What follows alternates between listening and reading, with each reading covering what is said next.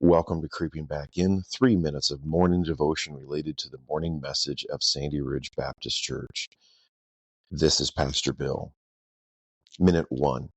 Isaiah 52 and 53 were covered on Sunday morning, where we discussed that the messenger that brings good tidings across the mountains has beautiful feet, and that he declares the reigning of God. We saw later in Isaiah 52 that the reigning occurs somehow because of a servant of Jehovah leading and sprinkling many nations with blood, being cut off from the land of the living and for the transgression of his people. And then somehow his days are prolonged and he divides the spoil with the strong.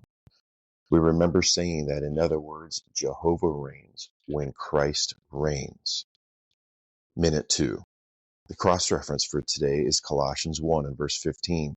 He's the image of the invisible God, the firstborn over all creation.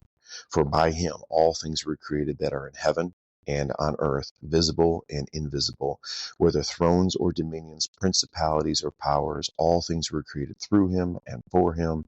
And he is before all things, and in him all things consist, and he is the head of the body, the church, who is the beginning, the firstborn from the dead, that in all things he might have the preeminence.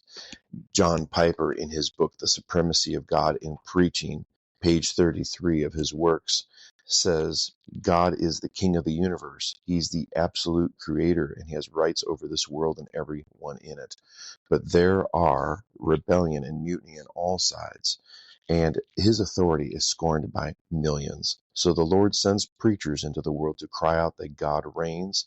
He'll not suffer his glory to be scorned indefinitely, and he will vindicate his name in great and terrible wrath. Close quote. If it's true that Christ is, minute 3, if Christ is somehow the one to have preeminent, the firstborn from the dead, and Paul's point is to say that he is the boss of his ecclesia, his body, the church, then Sandy Ridge Baptist Church, the Lord deserves to be in charge in how we conduct ourselves when we gather, how we intermingle as we gather, as we depart, and how we conduct body life and evangelism between the times that we meet. So I ask you, what governs the way that you take part at Sandy Ridge Baptist Church?